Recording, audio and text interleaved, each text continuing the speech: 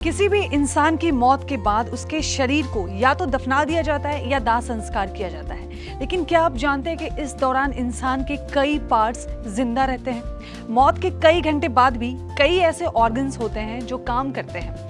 यही रीजन है कि मरने के बाद लोगों के अंगों को दूसरे पेशेंट पर ट्रांसप्लांट कर दिया जाता है। आज जानते हैं कि इंसान के शरीर का वो कौन सा पार्ट है जो मरने के बाद सबसे ज्यादा देर तक जिंदा रहता है। एक बार इंसान की मौत के बाद बॉडी के अलग अलग पार्ट्स अपना काम करना बंद कर देते हैं।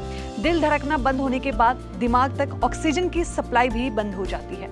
इसी तरह से बाकी के पार्ट्स भी धीरे धीरे इनएक्टिव हो जाते हैं। जो लोग अपना ऑर्गन डोनेट करते हैं उनकी मौत के बाद उनके बॉडी के कई पार्ट्स को निकालकर दूसरे पेशेंट को दे दिया जाता है। सबसे ज्यादा आंखें दान की जाती है। मरने के बाद अगले 6 घंटे के भीतर आंखों को निकालना जरूरी होता है, जिसके बाद आंखों को आई बैंक में रखा जाता है और जरूरतमंद मरीजों पर उनका ट्रांसप्लांट होता है। यानी इंसान की आंखों 6 से 8 घंटे तक जीवित रहती है। आंखों के अलावा किडनी, हार्ट और लीवर का भी ट्रांसप्लांट होता है।